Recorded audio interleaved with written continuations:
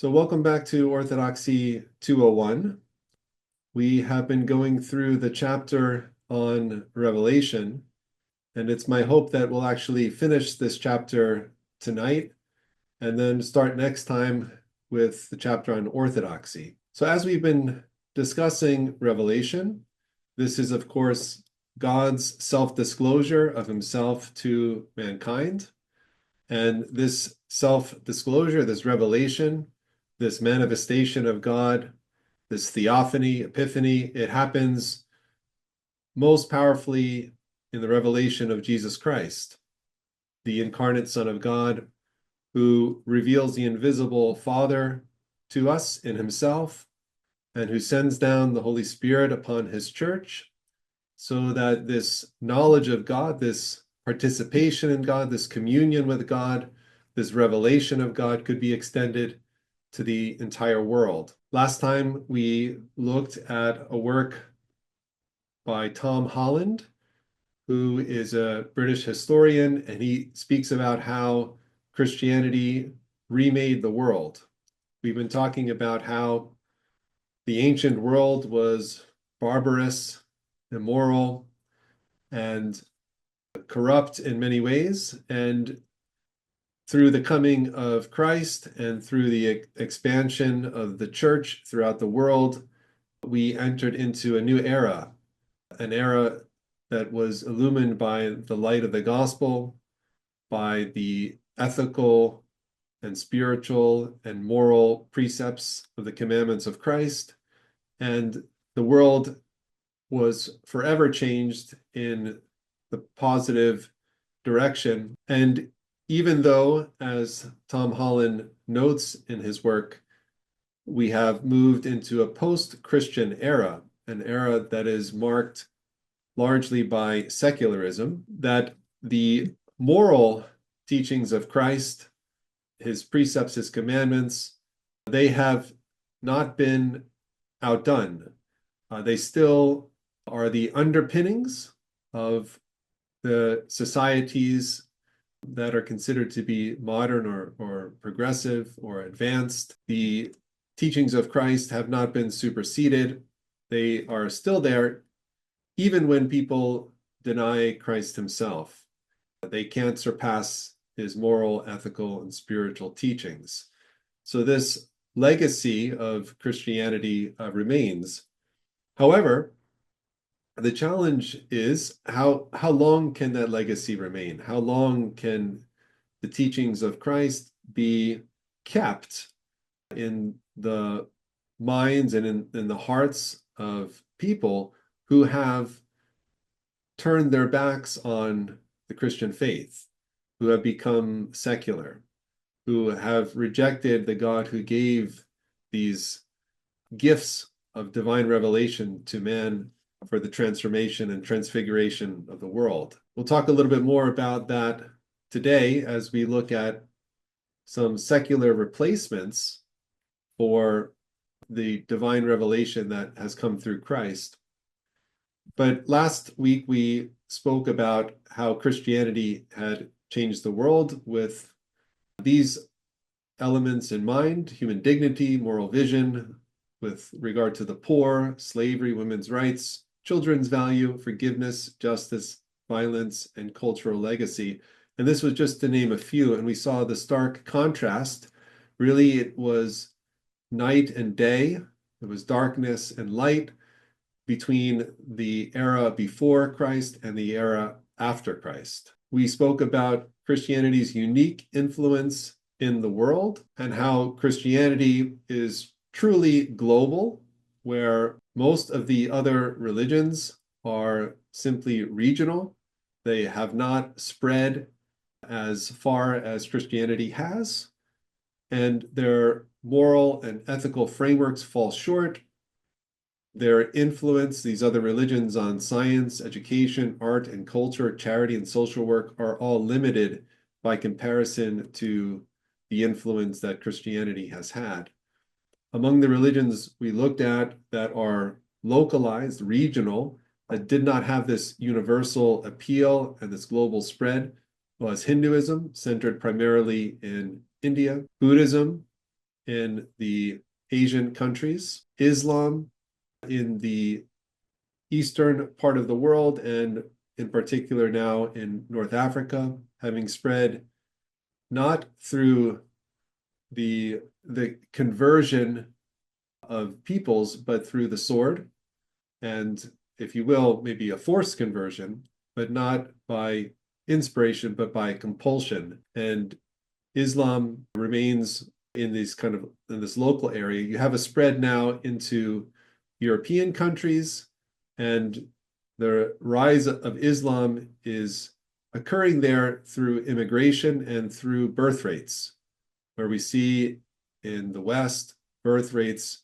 declining rapidly to the point where those cultures in the West are diminishing and even are being threatened with regard to extinction if they continue with low birth rates.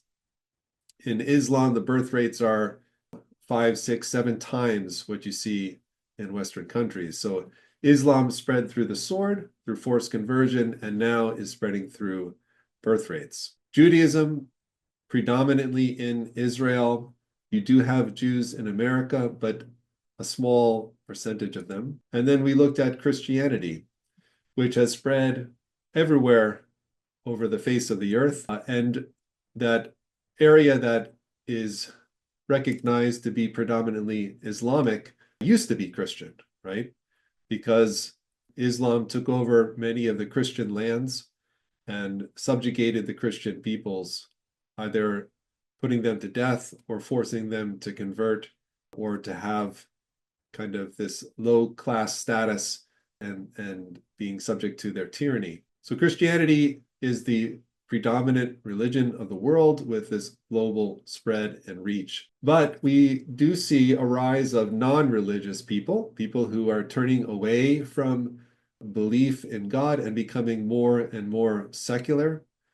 Certainly you see that in China, right? In some of the Asian countries. Also, you see that in some of the European countries, and you see that even in North America and the United States, although we are, by comparison, still believing people. We looked at a study from the Pew Research Center, which was entitled The Future of World Religions, Population Growth Projections, 2010 to 2050.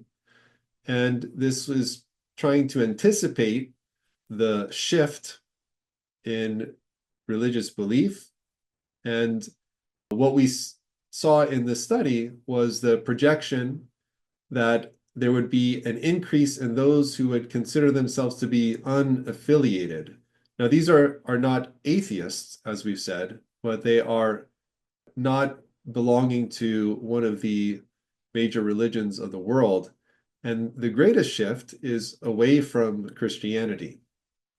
So we can almost see the projected number being relatively equal between those who would leave Christianity and those who would then consider themselves to be unaffiliated. And this is, again, the projections. Part of the reason that we said that this was the case was because in the West, Christianity has become watered down. Christianity has become lukewarm. And when we looked at some of the countries that are projected to have an increase in those who would consider themselves to be unaffiliated, we saw what would be anticipated across the board, with the exception of Russia, where those who are unaffiliated now would actually decrease by the year 2050. And this is in part because of those believers in Russia being freed from the communist yoke and now are regaining their historic faith in Christ and are practicing once again their Orthodox faith, but also because the Russian people are a very traditional type of people with regard to their culture, and in particular with regard to their faith. Orthodox Christianity is traditional Christianity, and it is really anything but lukewarm. I mentioned the quote of Saint Maria of Paris, who says, if Christianity is anything, it is fire. And we hear continually in the scriptures about how important it is for us to love God with the whole heart, the whole mind, the whole strength, right? The whole soul, the whole being, and to deny ourselves, take up our cross and follow Christ. And that if we're lukewarm, even that God will spit us out, right? There's this call for the Christian to die and rise with Christ, to be radically incorporated into the kingdom of God. And there's no kind of way to have one foot on earth and one foot in heaven, right? We can't split the difference. We can't play it 50-50. We can't hedge our bets, right? The Christian is someone who's all in, or they're not really a Christian. The initiation sacrament, when someone becomes a Christian, is baptism, which means immersion, right? So we have to really regain our understanding of traditional Christianity if Christianity is to survive. We pose the question, what have you done for me lately? And this is in reference to the world's turning away from God and his divine revelation in Christ, and the movement towards secularism, and the critiques that we might see abounding in our society, both with regard to the Old Testament, and we in previous sessions looked at those critiques with some great detail, and then also with critiques in regard to the New Testament, with regard to Christian teaching, and in particular Christian teaching which is either outright heretical or has problems. One of the worst things that Christians can do is present a false gospel, a false Christ, a false vision of who God is. Because when we do that, people who have their head on straight will reject that falsehood that's presented, and they'll turn away from Christianity, believing it to be a false religion. Heresy is, in our day and age, heresy is a word no one should even use, right? Everyone's belief should be equally respected. It's all equally true. There's no real right and wrong. It's all a matter of opinion. So to say that someone is in heresy is kind of being intolerant or bigoted or medieval, right? It's kind of the one thing that you can't call somebody is a heretic, right? Or you can't say that someone is in heresy. And yet that's perhaps the thing that hurts Christianity the most, again, is a false Christ, a false Christianity, because again, people will turn away and never really encounter the true teachings, right? So we'll cover in the next chapter on orthodoxy some comparative theology, and we'll get into some of these critiques of Christianity, which are again not critiques really of Orthodox Christianity, but heterodox understanding of the Christian faith. But nevertheless, we have to be aware of these things, whether we're Orthodox or we're not. We have to be aware of them so that we can make crystal clear what the teachings of the authentic Christian church is now and always has been. Then we spoke about this quote, and this is from Cornelius van Til, who wrote, "The unbeliever is like a child sitting on his father's lap, slapping him in the face. He must be sitting on his father's lap to do it." And this illustrates how those who reject God are relying upon his moral framework, the understanding that there is a right and a wrong, there is a good and an evil, there is a moral and an immoral. If that didn't exist, if there were no morality, if there were no right and wrong, no good and evil, you could never pronounce judgment on anyone. So to pronounce judgment on God means that you have to believe that there is morality, right? And there is a right and there is a wrong. The judgment that is often pronounced against God is that in the Old Testament, he permitted things which in the New Testament are no longer permitted. And the reason why he did that, of course, was to meet man where he was at. In the ancient world, man was entirely uncivilized and immoral and barbarous. And God, dealing with man as a stubborn, immature child, educates him slowly in a way that will actually lead to his betterment, rather than setting a bar too high, in which case man would not even have any interest, not have any progress, not have any movement in the right direction. So the critiques and the judgment pronounced against God really has to do primarily with, again, God stooping down to our level so that he might raise us up to his level. So they're misplaced. And in a way, it's like a child being angry at one's parent who had to discipline the child when they were young in a way that was maybe not the same way that you might treat an older child, right? The scriptures say, he who spares the rod hates the child. And there's a time in, despite what maybe some modern parenting philosophies might say, there is a time where discipline of that nature might not only be necessary, but might be beneficial for a young child. In the past, we spoke about an example of a child not able yet to reason, decides they want to go and put their hand on the stove. As a parent, you don't allow them to do that. And you forcefully stop them from doing that, or you slap their hand. So that little bit of punishment saves them from greater punishment.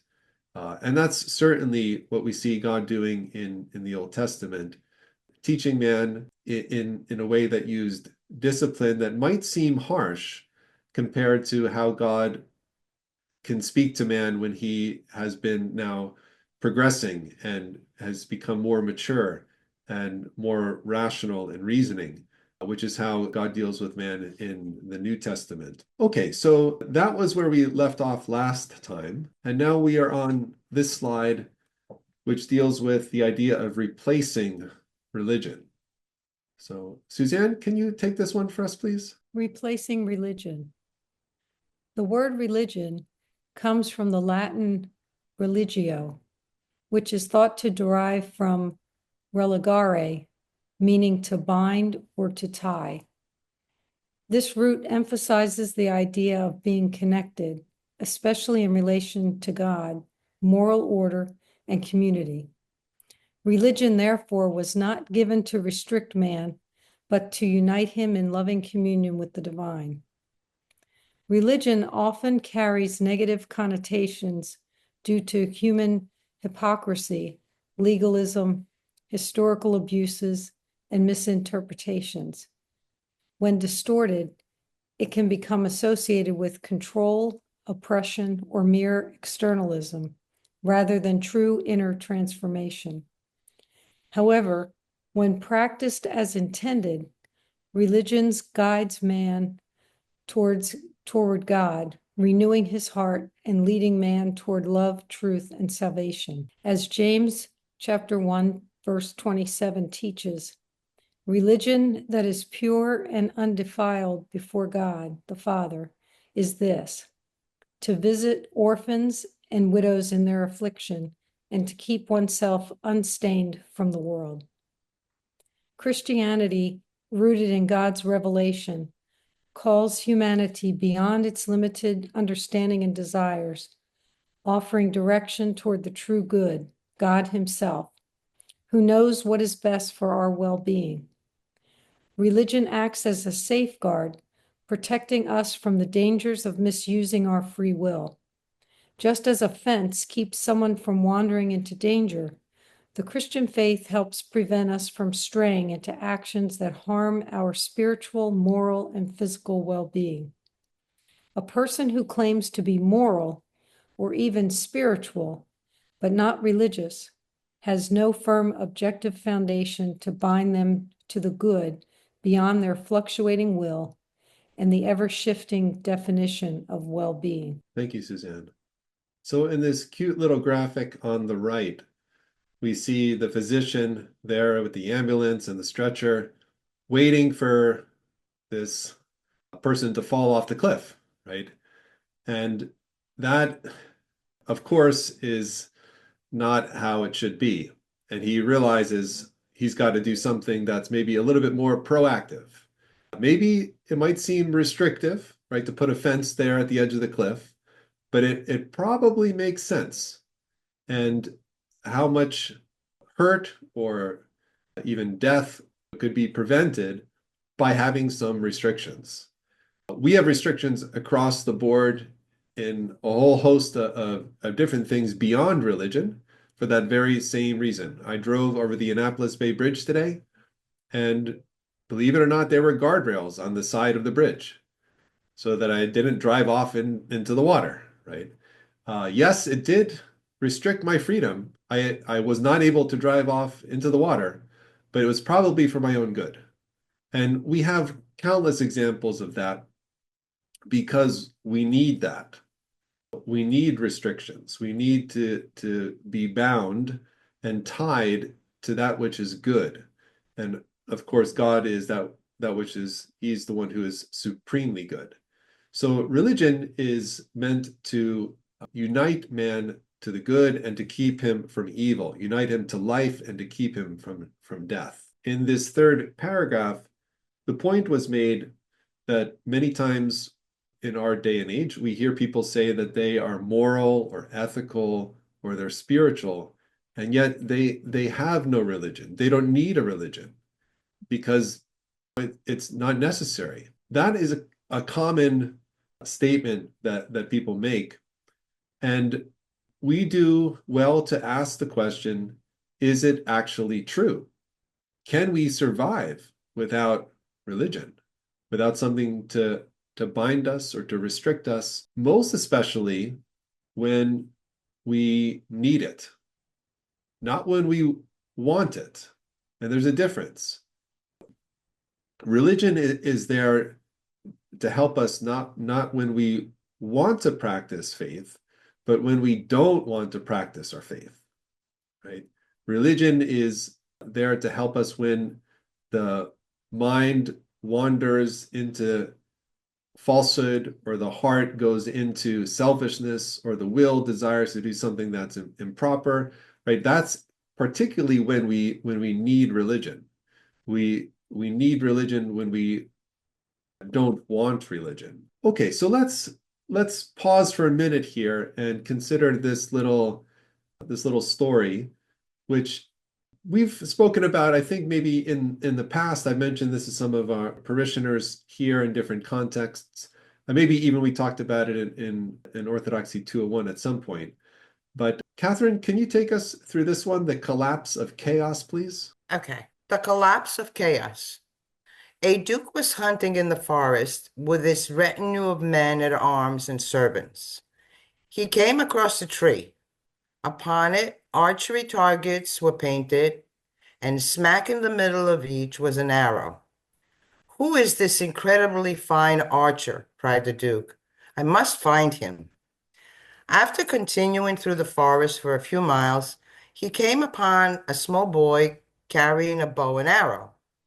Eventually, the boy admitted that it was he who shot the arrow plumb in the center of all the targets. "You didn't just walk up to the targets and hammer the arrows into the middle, did you?"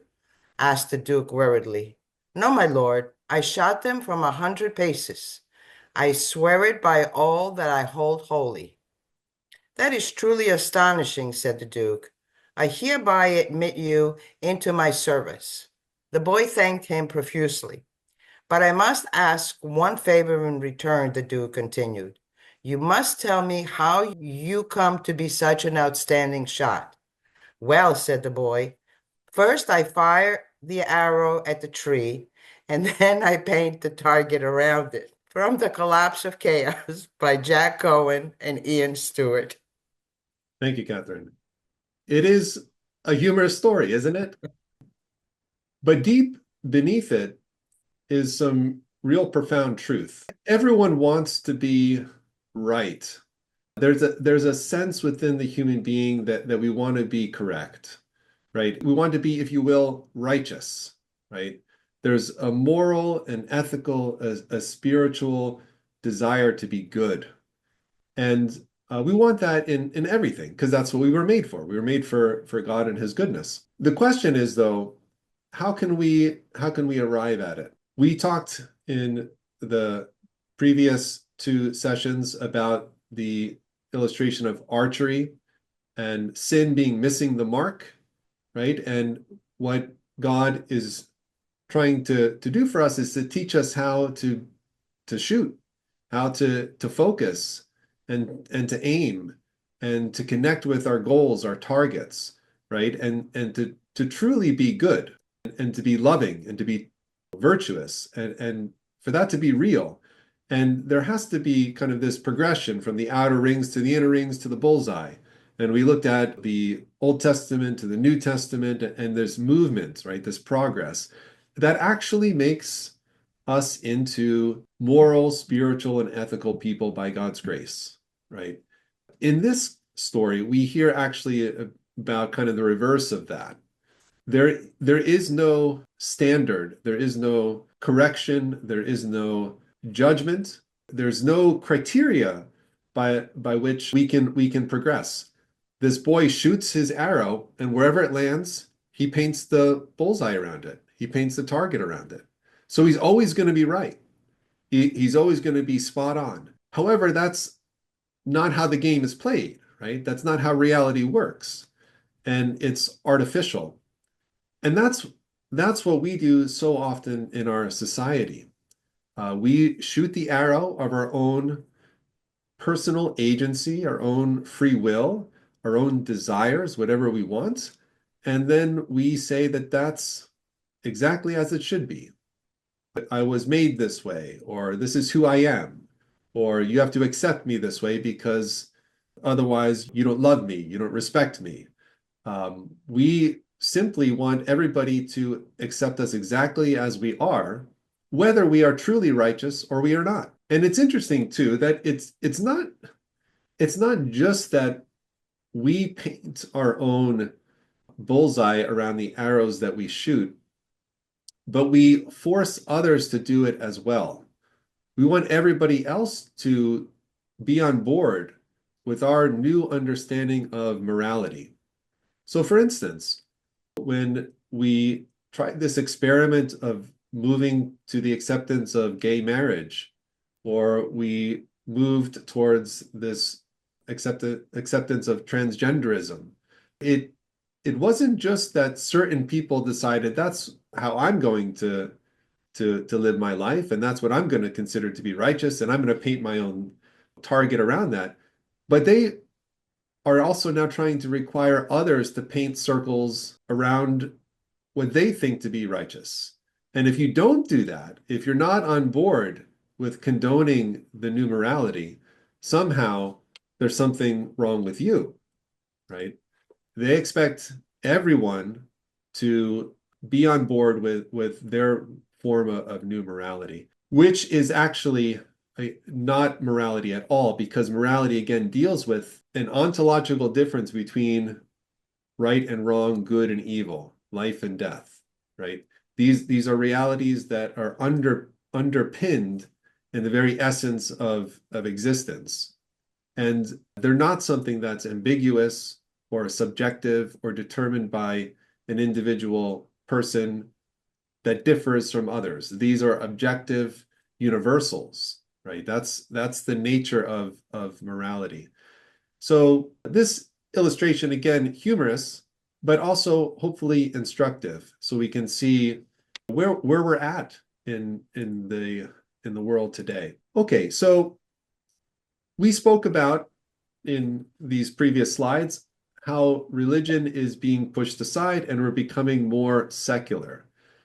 But when you get rid of religious frameworks, in particular in the West, when you get rid of Christianity, you have to replace it with something. There has to be something that holds people accountable, that binds people together.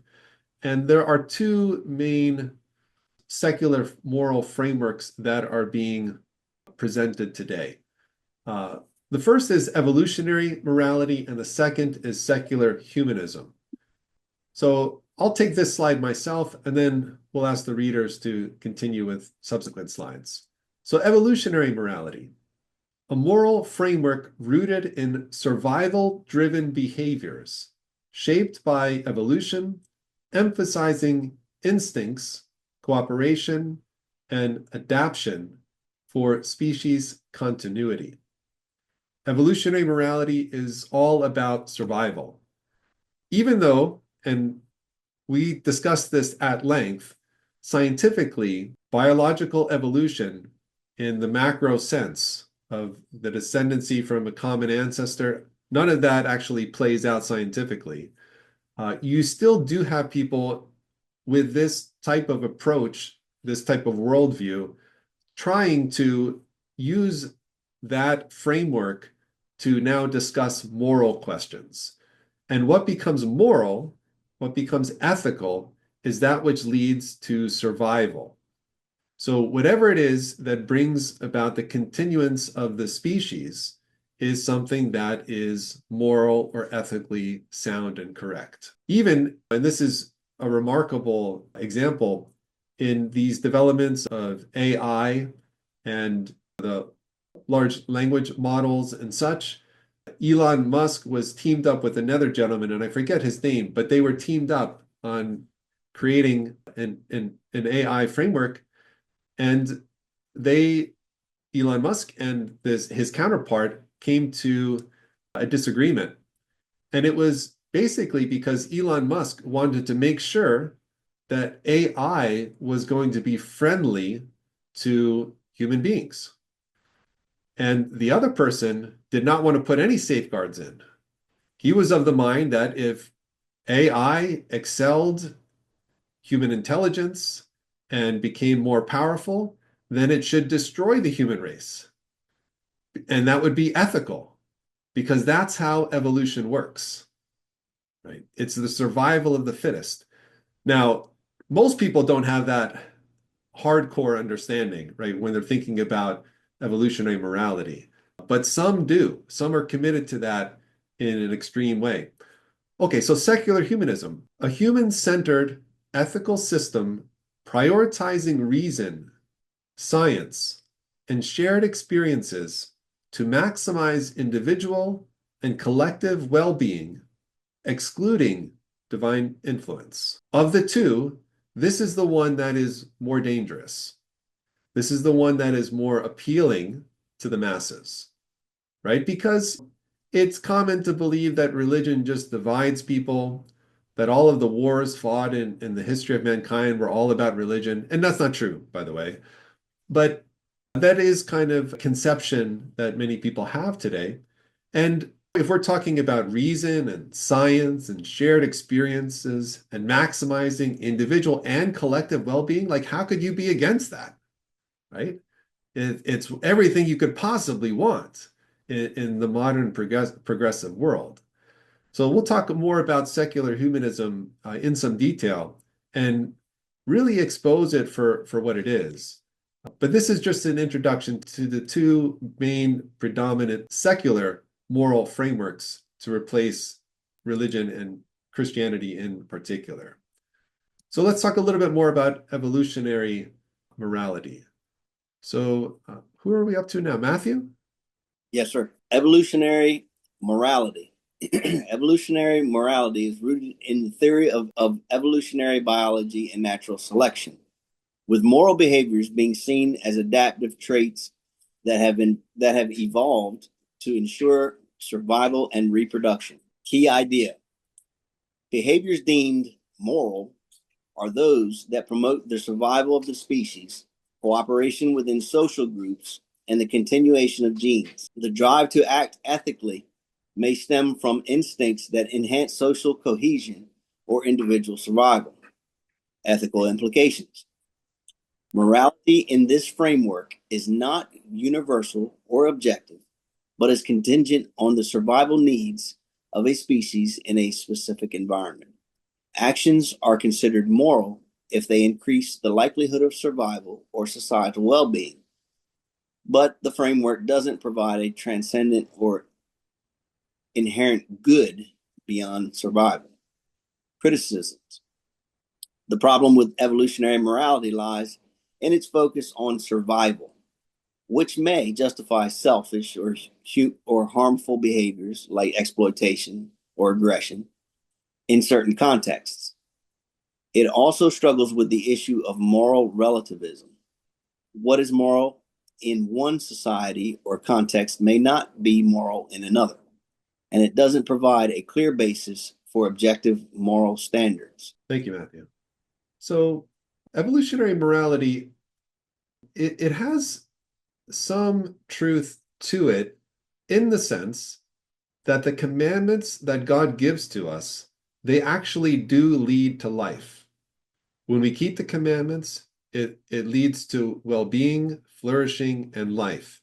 Even, we would say, life more abundant, eternal life, right? So the keeping of the commandments, following moral, ethical, and spiritual precepts that are given to us by God, they are for our good, right? In the truest sense. Evolutionary morality, though, changes all of that. It's no longer now a spiritual, moral, ethical good.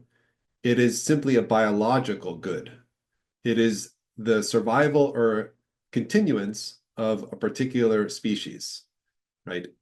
And if that's the supreme good, then you do want to weed out the weak, right? We want to get rid of those who are maybe holding back the race, right? And that's why you can justify then under evolutionary morality things like war or even slavery or eugenics. There's no moral basis against these things because you're dealing with survival of the fittest, right? In this evolutionary morality. So this obviously falls short. It's not very appealing to most people. So we'll kind of close with dealing with that just in this one slide. But now let's look at secular humanism, and we'll talk a little bit more about this. So Suzanne, can you take us through this slide, please? Secular humanism. Secular humanism is a philosophy that emphasizes human reason, ethics, and justice without reliance on religious belief or the supernatural. It advocates for human flourishing and well-being through rational thought and scientific inquiry alone. Key idea: the moral system in secular humanism seeks to maximize individual and collective well-being by promoting happiness, freedom, and fairness for all. It promotes human rights, equality, and social progress, and believes that humans can solve problems and improve society through education, reason, and collaboration. Ethical implications. Morality in secular humanism is often centered around concepts like human dignity, rights, and the common good. Ethical decisions are based on their outcomes, what maximizes happiness or reduces suffering, and what contributes to human development. Criticisms. Secular humanism can struggle with the problem of moral absolutism. Without an objective moral lawgiver, it precariously relies on human consensus and empirical evidence, which can lead to disagreements on what constitutes the best moral course. Furthermore, some argue that it leaves the concept of ultimate meaning or purpose in life unaddressed and fails to provide a transcendental source of moral authority. Thank you, Suzanne. So secular humanism is basically what we're swimming in, right? That is the moral framework that we are structuring our society and our culture around, right? And it's been happening to greater and greater degree for not just years, but really decades. So we have been moving in the West in general and in America in particular in this direction of secular humanism, removing God as far as possible from our society and replacing God with humanism, right? And in this replacement, we rely on all of the technology and the progress that we make in the science. And we think that we're advancing the cause for a moral, ethical society because our technology is getting better and we're learning more scientifically about things. But we are the ones who are calling the shots. We are the ones who are giving the direction. We are the ones who are making the pronouncements and the judgments. There always has to be somebody at the top of the pyramid. In this model of secular humanism, it is man who sits at the top of the pyramid, but not one person in particular, right? We're not talking about a king or some kind of a deity or something like that. We're talking really about a government, right? So when we think about secular humanism, we have to see that this is a movement towards deifying, making godlike our government. And in replacing Christianity with Christ as God ruling over all of the earth, right? The expanse of the gospel covering all parts of the globe. We now have to make sure that new government is a worldwide government. So you're going to see a movement to expand the influence of government to be so great and so wide that it'll be all encompassing. And that already, you see that in like the EU, right? You see it in other kind of movements with NATO or United Nations. You see it, this movement to make government overall, right? Now, this secular humanistic moral framework is presented by a number of people. One of the most popular is Sam Harris, who's considered himself to be one of the new atheists, right? And he has this text, The Moral Landscape, which we mentioned in a previous Orthodoxy 201, in which he advocates for this type of morality. So let's talk a little bit more about the moral landscape and offer a critique of it. So, Catherine? Critique of the moral landscape. Sam Harris, The Moral Landscape, builds upon evolutionary morality and secular humanism by advocating for a science-based approach to morality, aiming to maximize human well-being without reliance on religious or divine revelation and authority. This model falls short in the following ways. 1. The centralization of the ideal, a new God. Sam Harris suggests that human well-being becomes the new ultimate ideal, replacing belief in a traditional God. This new God requires all actions to support well-being, using science and reason as a guide for moral decisions. Since well-being is seen as an objective and unchangeable goal, rejecting it is seen as harmful to humanity, making its rules unquestionable. 2. The Tower of Babel is a metaphor. Secular humanism's attempt to construct a universal morality through human reasoning mirrors the Tower of Babel.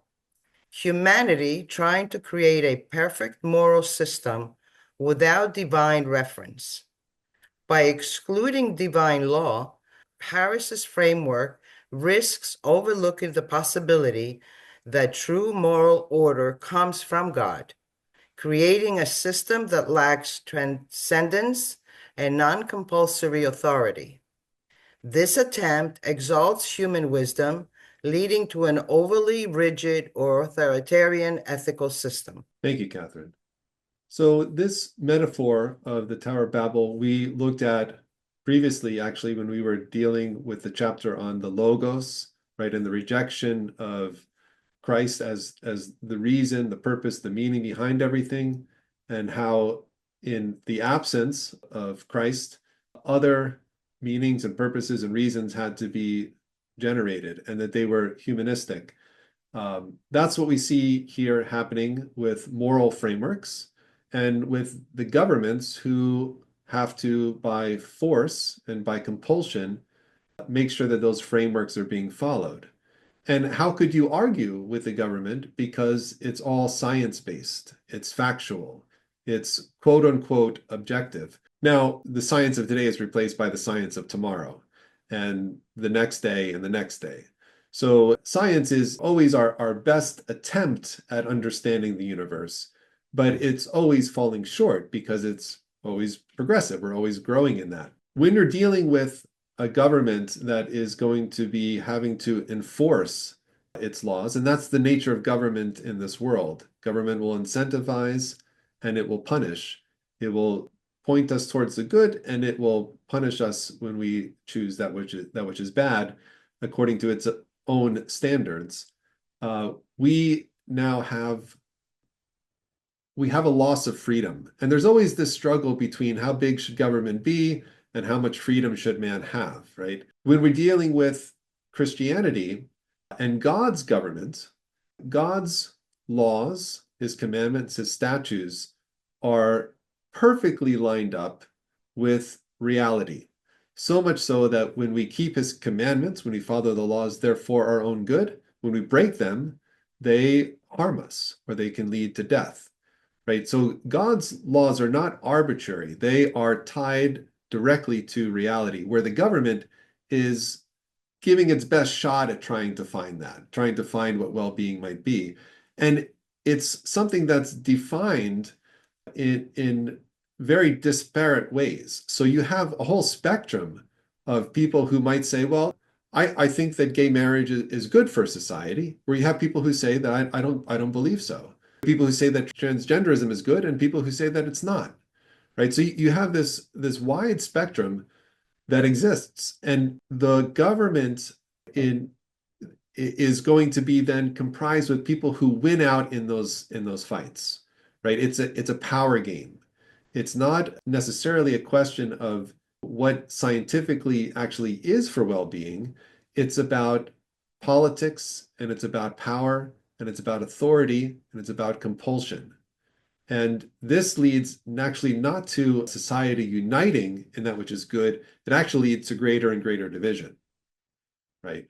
And you can see that in the American context perhaps better than anyone else, right? Anywhere else. We're living in it, right? We see how divided our nation has become and how polarized we've become. And we're living in the age of science and reason and secular humanism. How's it working? Not so well. Not so well. So that's the Tower of Babel metaphor, but there's more to it. And can I ask, Catherine, you were reading this one, right? Yes, Can you finish this one off for us, please? sure. 3, the inevitable demand for conformity. Once a universal ideal, like well-being, is established, it demands conformity. Any moral system claiming to maximize well-being will likely impose its principles on society, potentially leading to social or legal pressures. Critics warn that such systems could become totalitarian, as authorities might enforce adherence to the ideal in the name of the greater good. Conclusion. Harris's framework, while aiming to maximize well-being, faces an inherent tension by trying to establish a universal morality based on science and reason. It risks creating a new moral God that demands conformity, potentially leading to coercion or authoritarianism. Much like the Tower of Babel represents humanity's attempt to create moral order without acknowledging divine authority. Thank you, Catherine. So this question of freedom is really paramount too, right? In Christianity, God, who is all powerful, omnipotent, has more power than any government or the forces of nature or anything imaginable, right? God doesn't force himself on man and override his free will. He educates man and he teaches man the difference between good and evil, right and wrong, what's for life and what's for death. But he leaves man free to make up his own choices, to chart his own course, to go his own way, even to the point of not just allowing man to ascend to the highest heaven, but even if man chooses to go to the lowest hell. And the only consequence, if you will, of man's choice is that which is natural to the decision that he makes. So when we choose to break God's commandments and we suffer because of that, or when we go to hell, it's not because God is somehow enforcing some kind of punishment above and beyond what our choice would naturally bring about. The suffering and the death and the hell that we might experience in breaking God's commandments are the natural consequence of the misuse of our free will. In secular humanism, you have to create some kind of punishments so people will follow whatever it is that you want them to follow, because you can't rely on the natural order. The natural order is no longer tied to what the laws are, right? In the secular humanistic sense, because it's tied to whatever the politics permit, or whoever is in charge and in power. So you have to now move people in a way that is incentivized or punished by the government in an artificial way. An example would be like this. If you're teaching mathematics to children, right, and you're teaching them 1 + 1 = 2, they'll start to understand that. It'll start to make sense, and they'll start to be able to use that and see the benefit of that, right? If you start to teach them 1 + 1 = 5, they're going to say, that doesn't make sense. I can't use that. In fact, when I try to follow that, it actually brings about harm, right? It makes no sense. However, if you're the teacher and you want your students to accept that 1 + 1 = 5, now you're going to have to give out detention for those who put something else on their test, right? You have to find some artificial way to enforce your own judgment, which is incorrect. And that's what you see happening already with secular humanism. There have to be punishments for those who don't go along with whatever the government is proposing. So this is kind of like an Orwellian type of world that we're describing, right? And that novel, 1984, speaks to us about that. But also we see that in our own day and age, in reality, in our own living. And here are some examples. So Matthew, can you take us through this, please? Censorship. Social media platforms like Twitter and Facebook ban users for sharing controversial views to maintain, quote, public well-being. Cancel culture. Celebrities like J.K. Rowling face backlash for expressing opinions on sensitive topics, forcing conformity to dominant narratives. Ethics based on science. China's one-child policy was justified by societal well-being, despite infringing on individual freedoms. Technocratic control. During the COVID-19 pandemic, governments imposed strict lockdowns, often prioritizing scientific reasoning over personal liberties. Vaccine mandates. Countries like Australia and parts of the US imposed vaccine mandates with penalties for non-compliance, pressuring people to conform. Surveillance and data collection. Countries like the UK and US use surveillance in the name of safety, infringing on privacy and monitoring behavior. Climate change policies.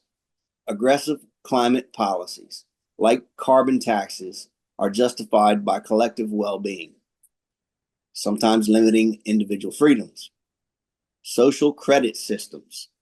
China's social credit system scores individuals based on behavior, with consequences like restricted travel or job loss for low scores. Thank you, Matthew. So this is just to name a few, but we do see the rise of big government, right? As Christianity recedes from society, you see government rising up, and you see the freedom that is God-given and respected in Christianity being slowly encroached upon, and maybe sometimes not so slowly. I mean, we had an acceleration during the times of COVID with the pandemic that nobody really anticipated. Maybe you would anticipate some things in China, for instance, but not in the West and not in America. And yet it's happening. And these, again, are just some examples of that. So let's talk about what true well-being actually is in a moral, spiritual, and ethical perspective in light of divine revelation and our Christian faith. So are we back to you, Suzanne? Yes, true well-being. From a Christian perspective, true well-being is found not in balancing self-care with care for others, but in self-sacrificial love, agape, fully prioritizing others. This ethic, rooted in Christ's life and sacrifice, defines Christian morality and surpasses human-centered ethical systems. The Christian faith teaches that true life is found not in self-centeredness, but in surrendering oneself to God. Jesus said, "Whoever loses their life for me will find it." Matthew 16:25. This paradox reveals that self-giving love leads to the deepest and most lasting well-being. By loving others sacrificially, even at great personal cost, Christians align with God's will and enter into communion with Him, the source of all true life. Unlike moral systems balancing self-interest and altruism, Christianity calls for total selflessness, viewing it not just as a moral duty, but as the path to salvation and eternal fulfillment. This abundant life, this fullness of well-being, is freely offered to all, but never imposed, for love must be freely given and freely received. The truth that sets us free bears no trace of tyranny. Yet freedom is not lawlessness.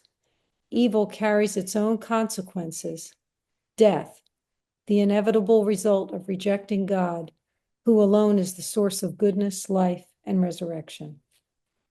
Thank you, Suzanne. So in comparing the two options, secular humanism and Christianity, it again becomes like night and day, right? Becomes the difference between darkness and light, between tyranny and freedom, between compulsion and love. And the choice should be clear for us and should be clear for all of mankind. But that choice has to be presented. And who is going to present the Christian vision to the world today but us? It is our task, it is our calling to not only see what God is revealing to us, right? To have this theophany, this epiphany, this manifestation of God in our own lives, but also to help others come and have their eyes opened as well. And to see the difference between what is offered in this world and what is offered by God. And what is offered is something that overcomes the world, right? This self-sacrificial love, where we give entirely of ourselves to the other, not withholding anything, not leaving a place for selfishness, but becoming entirely selfless. This is the road to, if you will, utopia, right? It is the road to the kingdom of heaven. Because if we loved one another as Christ loves us, if we all sacrificed for one another, what greater flourishing and well-being could you ever possibly imagine? And not just on this earth, because it would make for a beautiful world, even in our fallen context. But this is the very pathway, this is the very Passover or Pascha from death to life. This is what brings about resurrection, right? When Christ offers himself up selflessly and self-sacrificially for not just his friends, but even for his persecutors, for his enemies, right? For the whole world in love for God and for everyone, it brings about resurrection, which is the ultimate escape from the tyranny of sin, death, and the devil, right?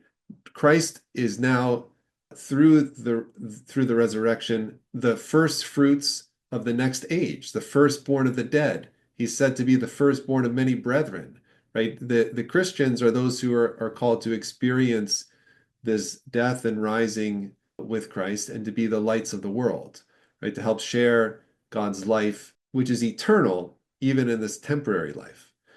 So we have a great privilege to be having our eyes opened, to be recipients of this light, but we also have the responsibility to share this light.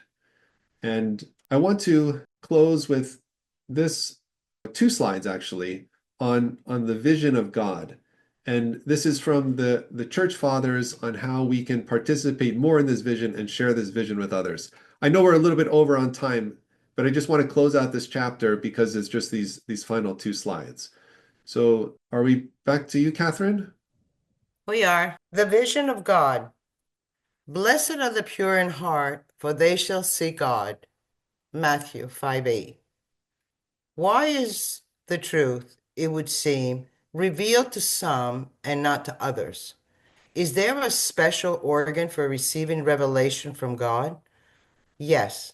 Through usually we close it and we do not let it open up. God's revelation is given to something called a loving heart, or the seraphim rose.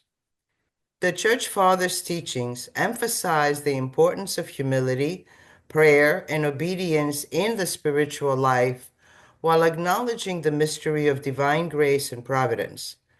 According to Orthodox Christian theology, the reception of divine revelation ultimately depends on God's will and the individual's response to God's grace. The vision of God is therefore dependent upon a variety of factors, including divine providence, spiritual preparedness, humility and faith, personal call or mission, God's unfathomable ways. Thank you, Catherine. So Father Seraphim Rose says that the organ that is most important is not the human mind or brain, right? It's the human heart, because again, love is the supreme ethic. And all of the revelation of God is to bring us to that love. And it's in that love that now we can understand the nature of creation and the nature of what the next age is all about. But without an experience of that love, we are in darkness. We are in ignorance. We don't have an understanding. Okay, so let's close just with these quotes then. Matthew? Yes, sir. St. Ignatius Branchino. Divine revelation is given to every man for his salvation. St. Gregory Palamas. By divine revelation, God discloses to human intelligence things which are hidden from man's eyes and ears, and to which his mind could never penetrate without divine illumination. St. Simeon, the New Theologian. The entire gospel is a revelation of God to men, a revelation of the mysteries which were hidden from eternity. St. John of Kronstadt. The divine revelation of God was given not to the proud, but to the humble, not to the contentious, but to the obedient, not to the carnal, but to the spiritual, not to the contentious, but to the loving. St. Basil the Great. The words of God, like a light, guide those who are willing to follow them. But those who reject them, they blind and cast into darkness, even though they might be sitting in the full light of day. St. Paisios of Mount Athos. In his mercy, God reveals himself to all who seek him with a sincere heart, but he is hidden from those who flee from him. Thank you, Matthew. So with that, we'll conclude our chapter on Revelation. Maybe we should conclude with a prayer, that the Lord would enlighten us, disclose according to his providence, his light to us, so that we might receive it and abide in it, be illumined and warmed by it, and share it with others, so that that light might extend to all on this earth and to all in greater and greater in degrees for all of eternity. So God help us, and thanks be to him for his wonderful light and life that we receive in Christ.